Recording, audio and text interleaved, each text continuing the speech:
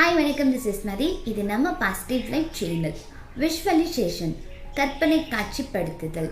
அதாவது இந்த விஷுவலைசேஷனில் பல பேர் பல நாட்கள் என்னதான் தொடர்ந்து காட்சிப்படுத்திக்கிட்டே வந்தாலும் முழு பலனை அவங்க அடையிறது கிடையாது. ஏன் அப்படின்னா, இந்த விஷுவலைசேஷன் பொறுத்த வரைக்கும் இதில் 3 ஸ்டெப்ஸ் இருக்குது. இந்த 3 ஸ்டெப்ஸ்லையும் ஒவ்வொரு நிலையிலையும் பார்த்தீங்கன்னா நிறைய விஷயங்கள் அடங்கியிருக்கு. அந்த விஷயங்களை நீங்கள் புரிஞ்சு செயல்படுத்தினா மட்டும்தான் இந்த விஷுவலைசேஷனில் நீங்கள் என்ன காட்சிப்படுத்துகிறீங்களோ அதை அப்படியே இந்த பிரபஞ்சம் உங்ககிட்ட கொண்டு வந்து சேர்க்கும்.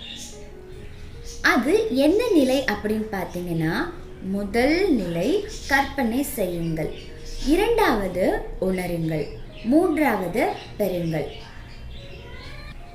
ஃபஸ்ட்டு ஸ்டெப்பை கற்பனை செய்யுங்கள். இந்த கற்பனை செய்யுங்கள் இருக்கு இல்லையா, இதை நீங்கள் எப்படியெல்லாம் கற்பனை பண்ணணும் அப்படின்றத இப்போ நாம் பார்க்கலாம். நீங்கள் எந்த பொருள் விரும்புகிறீங்களோ, இல்லை ஏதாவது ஒரு விஷயம் நடக்கணும் அப்படின்னு ஆசைப்பட்டிருப்பீங்க, அந்த விஷயமாக இருந்தாலும் சரி, எதை விரும்பினாலும் அந்த விஷயத்தின் மீதோ அல்லது அந்த பொருட்களின் மீதோ உங்களோட மனதின் மூலமாக தான் முழு கவனத்தையும் செலுத்தி நீங்கள் காட்சிப்படுத்த வேண்டும். அடுத்து அந்த பொருளோடவோ இல்லை நீங்கள் நினச்ச அந்த விஷயம் நடக்கணும்னு நினச்சிருப்பீங்கள்ல, அந்த விஷயங்கள் கூடவோ நீங்கள் இருப்பது போல கற்பனை செய்யணும்.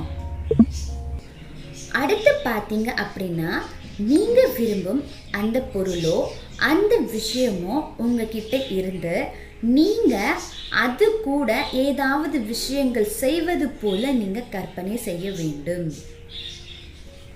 லாஸ்ட் பார்த்தீங்க அப்படின்னா, நீங்கள் விரும்பும் அந்த பொருளோ இல்லை ஏதாவது ஒரு விஷயம் நடக்கணும்னு நினச்சிருப்பீங்கள்ல, அந்த விஷயமும் ஏற்கனவே உங்ககிட்ட வந்துருச்சு, உங்ககிட்ட தான் இருக்குது, நீங்கள் பெற்று விட்டீங்க அப்படின்ற மாதிரி கற்பனை செய்யணும். 2வது நிலை உணருங்கள். இப்போ இந்த உணர்வுகள் நிலையில் என்னென்ன இருக்குது அப்படின்னு பார்க்கலாம். நீங்கள் இப்போ இந்த கற்பனை காட்சி செய்கிறீங்க இல்லையா, இதில் இந்த இது இருந்து நீங்கள் கற்பனை பண்ணணும்னு சொல்லியாச்சு. கற்பனை செய்கிறீங்க, ப்ளஸ் அது கூடவே என்ன பண்ணணும் அப்படின்னா, என்ன கற்பனை செஞ்சீங்களோ அந்த பொருள் மீது முழு அன்பாக நீங்கள் இருக்கிற மாதிரி உணரணும். அதன் மீது 1% கூட வெறுப்போ கோவமோ எதுவுமே இருக்கக்கூடாது. முழுமையான அன்பு நீங்கள் செலுத்தினா எப்படி உணர்வீங்க, அந்த ஃபீல் நீங்கள் கண்டிப்பாக கொடுத்தே ஆகணும். அடுத்து நீங்கள் உங்கள் விருப்பத்துடன் இருப்பது போல் உணர வேண்டும். அடுத்து கற்பனை செய்து நீங்கள் விரும்பும் விஷயங்களை செய்வது போல் உணர வேண்டும். அடுத்து நீங்கள் விரும்பும் விஷயங்களை உங்ககிட்ட வந்துருச்சு, அது உங்ககிட்ட தான் இருக்கு, நீங்கள் அது கூட வாழ்ந்துக்கிட்டு இருக்கீங்க, அது போல நீங்கள் உணர வேண்டும். இந்த 2 நிலைகளையும் நீங்கள் புரிஞ்சுக்கிட்டு சரியாக பண்ணுனீங்க அப்படின்னா 3வது நிலை என்ன, பெறுதல். கற்பனை செய்யுங்கள், உணருங்கள். இந்த 2 நிலைகளை நீங்கள் சரியாக உணர்ந்து செயல்படுத்தியிருந்தீங்க அப்படின்னா அதில் ஒரு சக்தி, ஒரு ஆற்றல் உருவாகுதில்ல, அந்த ஆற்றலானது நீங்கள் விரும்பும் அந்த விஷயத்தை உங்ககிட்ட கொண்டு வருவதற்கு உங்கள் கண்ணுக்கு தெரியாத இயற்கை ஆற்றல்கள் மூலமாக வேலை செய்யும். அடுத்து நீங்கள் நேசிப்பதை உங்களிடம் கொடுப்பதற்காக அந்த ஆற்றலானது என்ன பண்ணும் அப்படின்னா, உங்களின் சூழல்களையும் நிகழ்வுகளையும் மக்களையும் பயன்படுத்தும். இப்படி பயன்படுத்தி தான் நீங்கள் என்ன விரும்பி அந்த கற்பனை காட்சி கொடுத்திருந்தாலும் நீங்கள் காட்சிப்படுத்தினது அதை அப்படியே உங்ககிட்ட கொண்டு வந்து கொடுக்கும்.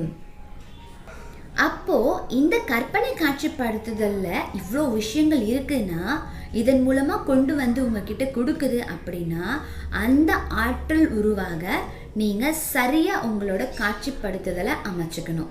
சிம்பிளாக சொல்ல போனால் முதல் நிலை, இரண்டாம் நிலை இருக்குல்ல, கற்பனை செய்யுங்கள், உணருங்கள்.